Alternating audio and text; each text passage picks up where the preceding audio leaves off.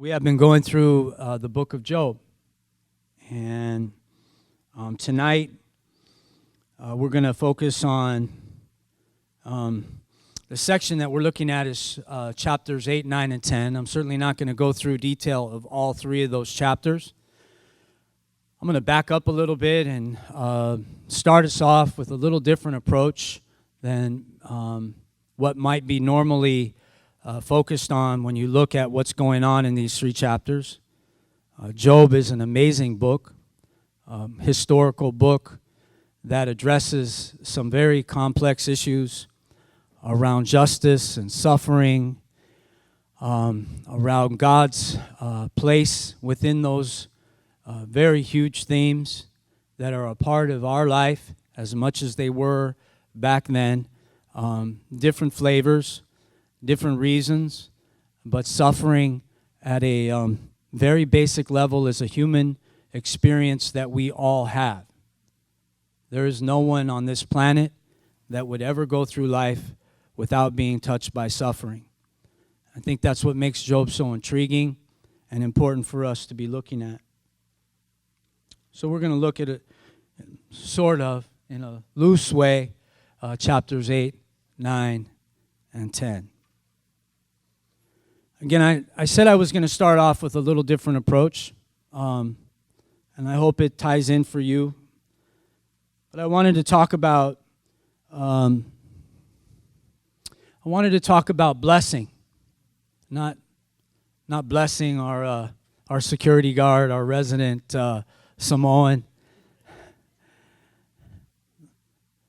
The word blessing, the theological idea of blessing, the thought and the word that we share all the time with each other when we're at church, when we're with our families.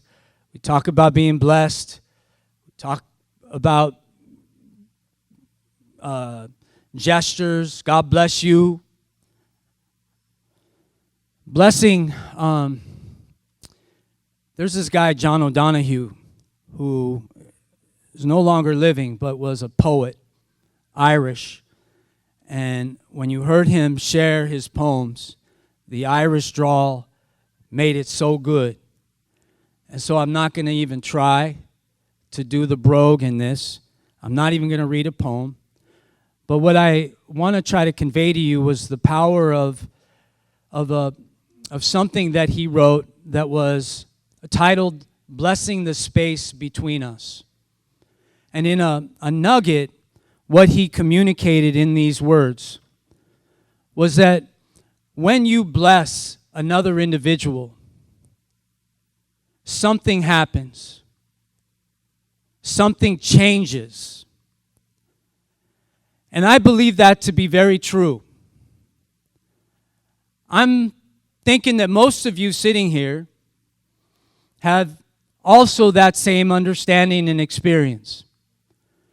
That in your life as a man, a woman, a Christian, you have been blessed, and in that moment, you have felt different. And I believe that physically, something changes when we bless other individuals or are blessed by them.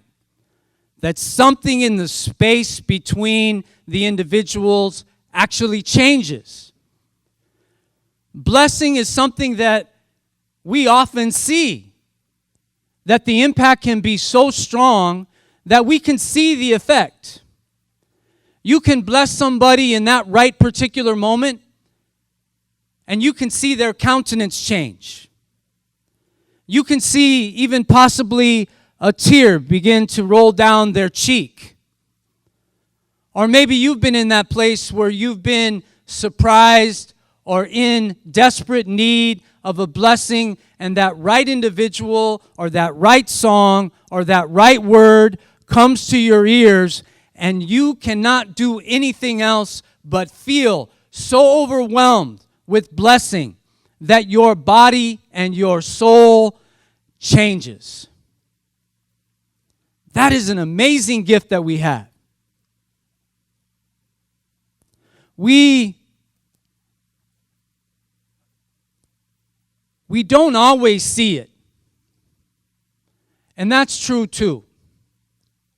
And so what I want to say is that blessing that we can feel and have felt and have seen in others happens all the time. And I think it should be something that we would prize and cherish as men and women who believe that God is intimately involved in our lives and in this world and in the interactions that we have this amazing gift to be a blessing to others. And that we wouldn't become so addicted to the fact that we need to see the results of that to know that when we bless people and we may not see the effects of it or even our own selves feel the effects of the blessings that we receive, do not deny the importance of those blessings. They're so important. Now, I want to bring it a little closer to home, and I want to tell you a story about the last day of school where my daughter, Sophia Hudson, if I've not told it, or you haven't heard it, it may be because you haven't been in my presence. And I'm probably going to tell it to you again because she's only gone through 3 grades. She's going to be a 4th grader next year.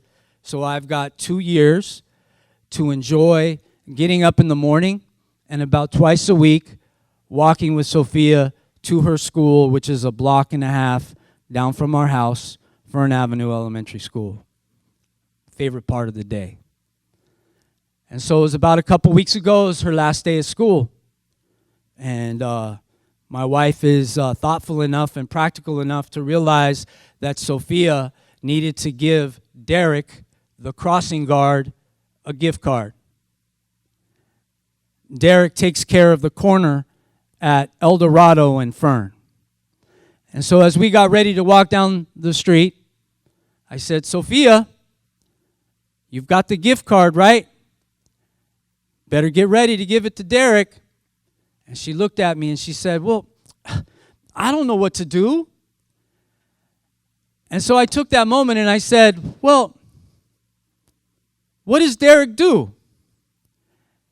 And she thought for a moment and said, well, he's like a lifeguard for the street.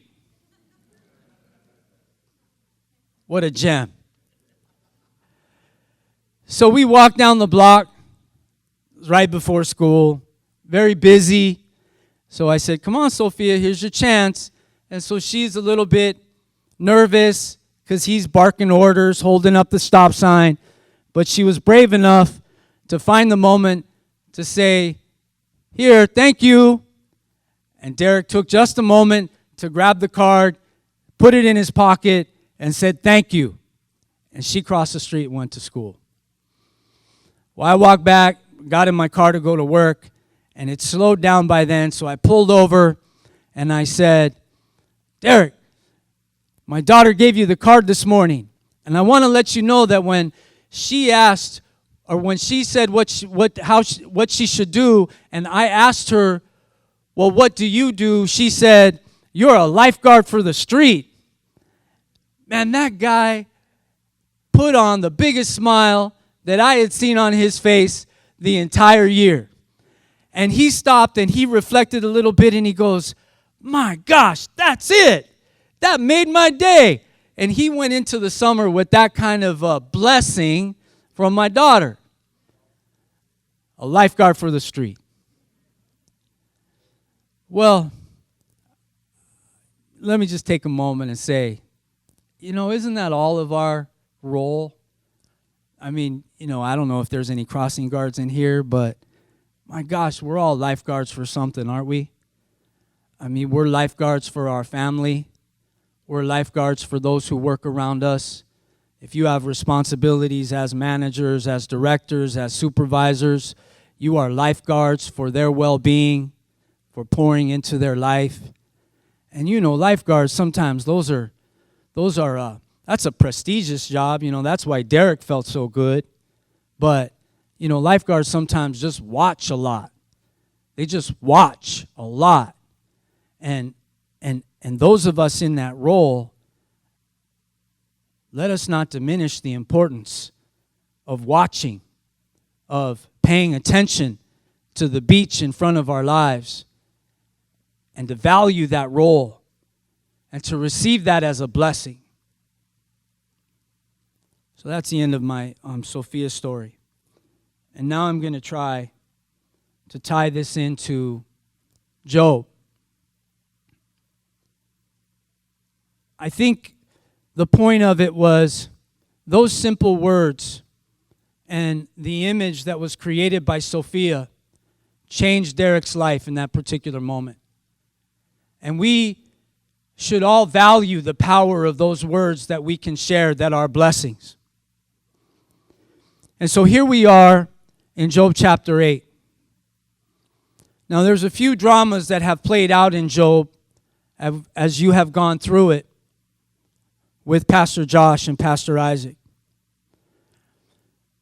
I believe Pastor Josh was in chapter 7 last week, and I'm not going to go through that, but what we have in chapter 7, just as a highlight, is really some raw, very raw, poured out feelings from a man who is known to be a righteous man, a man known to be one who took care of his business shrewdly, a one who honored God, walked with God, worshiped God, knew God on an intimate level. And as you've heard, the things that happened to Job's life were horrendous, were horrible, were ugly, were traumatic. The loss of his belongings, the loss of his savings, the loss of his future, the loss of his legacy, the loss of his own flesh and blood, all happened within a very short span of time. And in chapter 7, he begins to pour out his heart and says some very raw, personal things to God from his mouth. Things like verse 4, when I lie down, I say, when shall I arise? But the night continues, and I am continually tossing until dawn. Verse 8, the eye of him who sees me will behold me no more. Thine eyes will be on me, but I will not be. Verse 11, therefore, I will not restrain my mouth. I will speak in anguish of my spirit. I will complain in the bitterness of my soul. Verse 13, if I say, my bed will comfort me, my couch will ease my complaint, then thou dost frighten me with dreams and terrify me by visions, so that my soul would choose suffocation. This is a man who is dealing with God in a very real way. Chapter 8, one of these so-called friends that have been mentioned, there were 3 of them. This is the second and a younger of the 3. The first did his part to try to input his wisdom, so-called. And now the second has his turn. These are 3 friends that at the first did a wonderful thing by coming along this man who was suffering and sat in silence and stayed present with someone who was hurting and in pain and did not try to do anything except let him know that they were going to be right there in the midst of it all, not leaving and determining to be in solidarity with him in all that he was experiencing. And then they lost it. And we've heard about what the first guy did. And then we come to chapter 8. And chapter 8 basically begins with showing us that this is a young man who had grown up in a very strong religious tradition.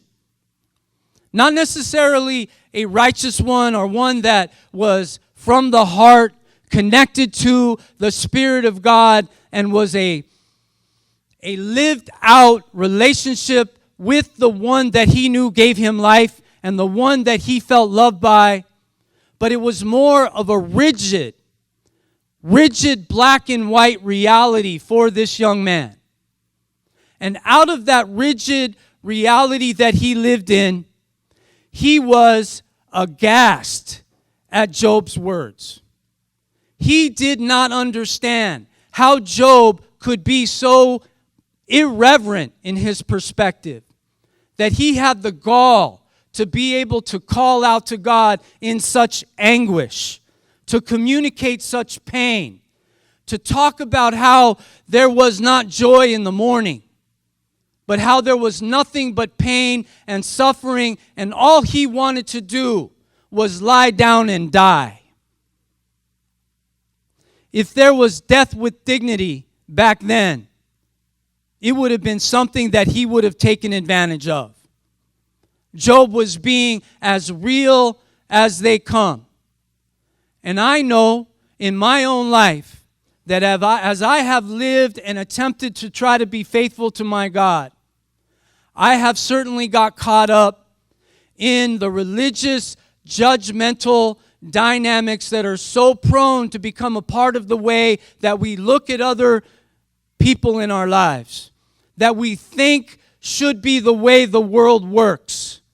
And that when it doesn't work that way, I find myself in my fear and in my insecurity finding ways to judge those whom I feel are not being as reverent as they should be, or walking with God the way that I think they should be walking in.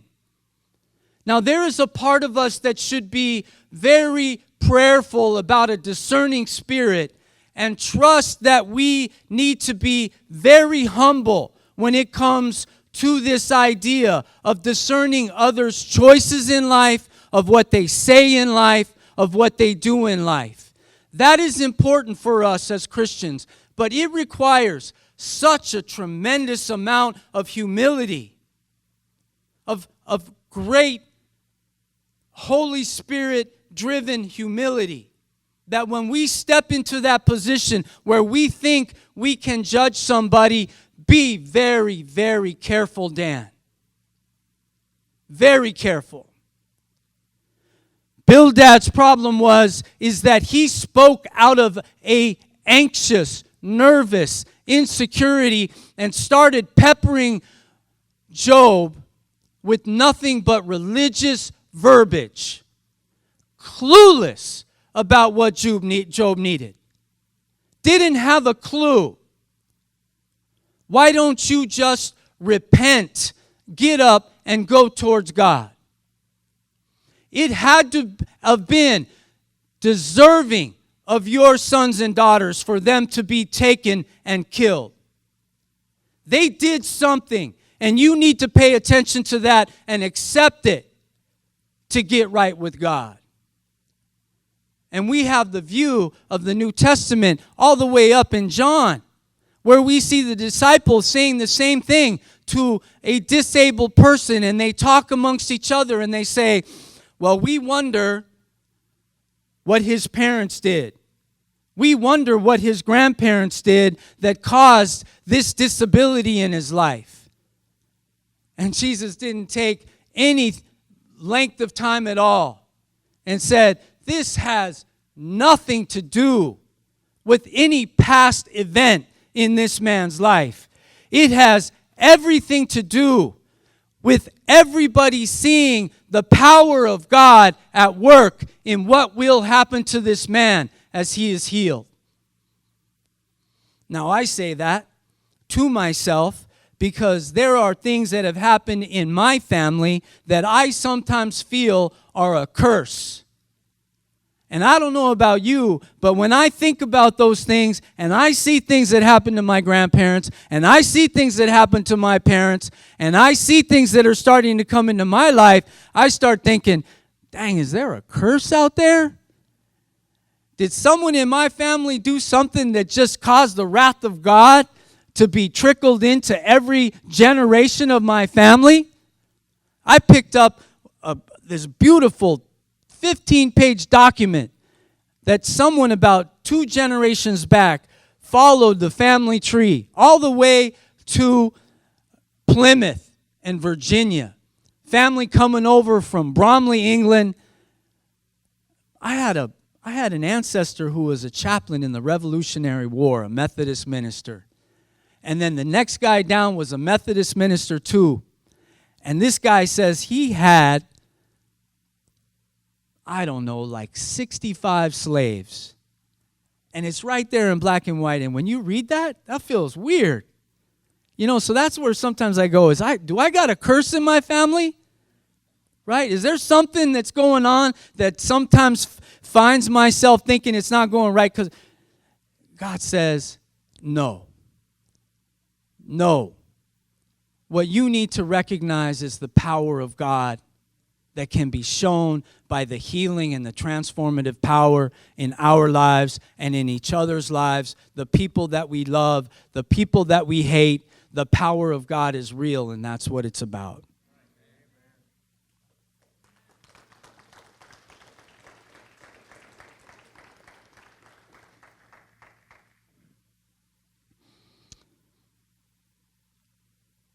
Blvd said some things that weren't helpful.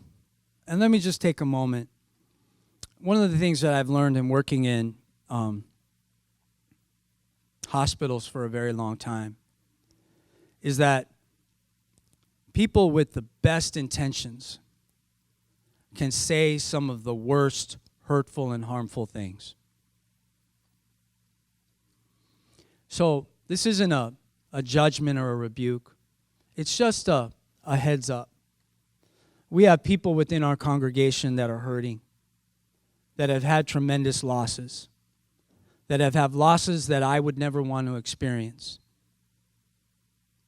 And as men and women who are a part of Mission Ebenezer Family Church, I would just ask you in the spirit of what we're talking about tonight, that you, when you see somebody hurting or in pain, or they tell you about something they are grieving over, and it seems in your mind that it should be something that they would move on a long time ago, that their grieving period is over. That if you hear someone share something to you about their relationship with their spouse, with their child, with their neighbor, with their boss, and they're sharing something to you about the pain and the difficulty that they're in, could you do me a favor and just take a moment? Take a moment and breathe. Maybe take 3 breaths. Breathe one in for yourself. Breathe one in for the person that you're next to. And breathe one in and ask the Holy Spirit to come in to your life before you say anything, and try to be as thoughtful and compassionate and loving as possible. Now, saying something that's hurtful with a good intention, hopefully the other person has the ability to look beyond it. I trust so. But our responsibility as the ones who might say it, can we all take a moment before we might say something to somebody and think about the words? Because sometimes all that needs to be said is, man, I'm sorry. And please know that I am praying for you. Please know that I am here for you. Be a little careful when you start thinking about saying, you're going to get over it. It's going to be okay. Thank God you've got other children. God must have needed them more than you did.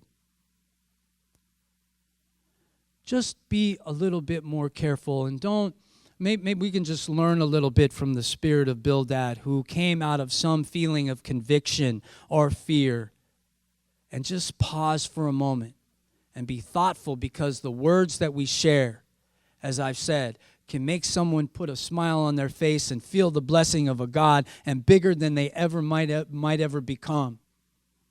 But those same words can hurt and crush somebody. Job wrestled with a lot. Job wrestled with a lot that we could never understand. One of the things that Job wrestled with this idea that he was living right with God, and there was this stuff that came into his life and he didn't get it. It didn't make sense. And we find ourselves in those situations where when we think that the cause that we do should have the effect that will make us okay and all right. And life does not always work that way. The things that we do not always result in a blessing. The things that we do that aren't necessarily good don't always result in a judgment, in a punishment. The world that we live in is not always cause and effect. And when it comes to this issue of justice and where is God, when we feel like we've been trying to live our life right and things don't work out the way they should and things happen to us that we could never have conceived of happening to us when we made a decision to follow Jesus, that is no time to begin to think about this world being a cause and effect world. It doesn't always work that way. And that's a reality that is so hard for us in this culture and society to try to hold on to the fact that it doesn't make sense. And I don't have the answers up here tonight, and I don't think there's anyone else who could stand up here tonight and be able to tell you about the things that you felt in your life that have caused you deep suffering, that they would be able to give you the answer that would make it make sense. Now, what they can do is they can help us know that there is a bigger picture, that somehow we believe that God is with us, won't leave us, loves us, and if we stay faithful to that God, we will be okay. That's hard. That's maturity. That's tenaciousness. That's perseverance. That's hupomone. That's something that every one of us in this place right now are capable of doing by the grace of God. Now I'm going to have fun. And I'll close it out after this. Sophia, Debbie, and I have had fun reading Willy Wonka and the Chocolate Factory. And we're not through yet. It's really getting good. But I was playing around with YouTube, and I found this clip about Charlie. And I'm going to show it because I think it kind of brings home the point about the heart. All right? So I think the folks in the back, let me set the stage, right? Most of you know the story, right? Charlie got one of several golden tickets to go into the factory that belonged to Willy Wonka that made all the candy, almost all the candy in the world. And the kids who won the tickets were a great representation of all the characteristics in our world. Yeah, you know, gluttony, greed, selfishness, you right? They're all there. And Charlie and his poor family got one of the golden tickets, and they're in. They're in, right? And they've got to follow the rules. And there's going to be a winner at the end who is told that will get a incredible reward, right? So this clip right now starts at that point in time where all the others have fallen. They've come to the end of their time, and they're with Mr. Wonka, and this is what happens. Can we play it? So much to do. Invoices, bills, letters. I must answer that note from the Queen. Mr. Wonka, what's going to happen to the other kids? Augustus, Veruca. My dear boy, I promise you they'll be quite all right. When they leave here, they'll be completely restored to their normal, terrible old selves. But maybe they'll be a little bit wiser for the wear. Anyway, don't worry about them. What do we do now, Mr. Wonka? Oh, yes, well, I hope you enjoyed yourselves. Oh. Excuse me for not showing you out. Straight up the stairs. You'll find the way. I'm terribly busy. Whole day wasted. Goodbye to you both. Goodbye. What happened? Did we do something wrong? I don't know, Charlie. But I'm going to find out.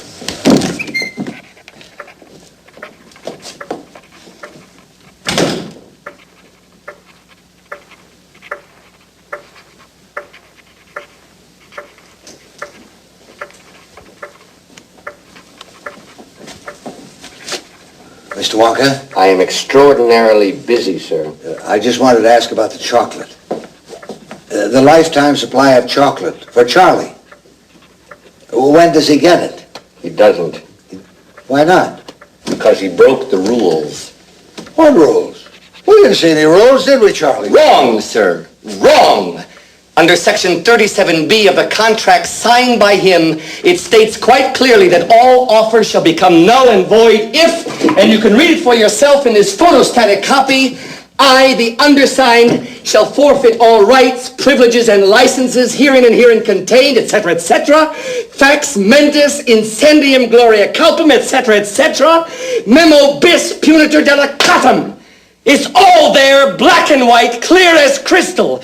You stole fizzy lifting drinks. You bumped into the ceiling, which now has to be washed and sterilized, so you get nothing. You lose.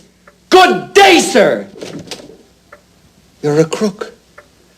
You're a cheat and a swindler. That's what you are. How can you do a thing like this? Build up a little boy's hopes and then smash all his dreams to pieces. You're an inhuman monster! I said good day! Come on, Charlie. Let's get out of here. I'll get even with him if it's the last thing I ever do. Slugworth wants a gobstopper, he'll get one. Go ahead and keep playing.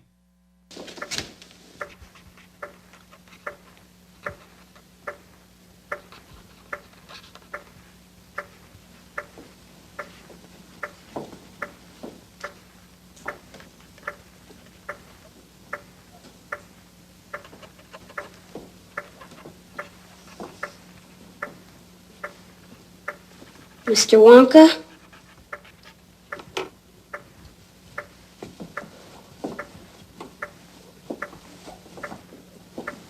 So shines a good deed in a weary world.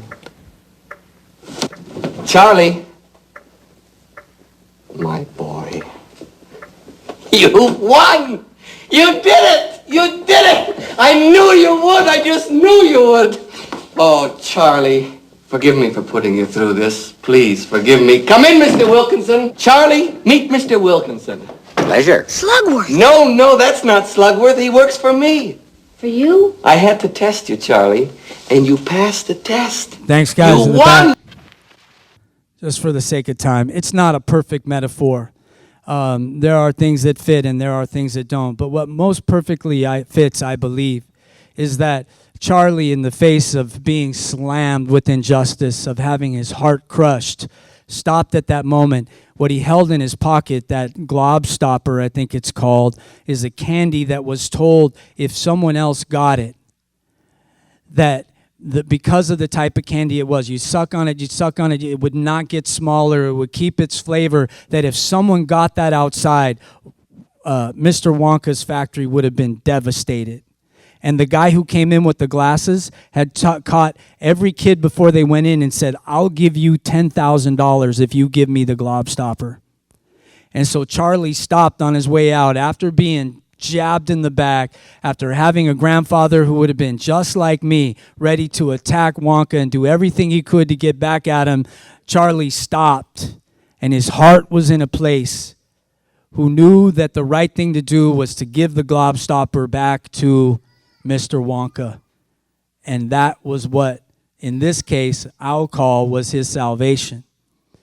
And so when we find ourselves in these moments that don't make sense, where we want to be like the grandfather, when we want to take vengeance, when we want to figure it out, I think what's so hard and so important for us is to have the heart of faith that can stop and pause and recognize what we need to do as people who believe that Christ is for us and will always be there for us and will be our justice and our advocate and the golden ticket that we all want through our salvation. That's what we have to hold on to.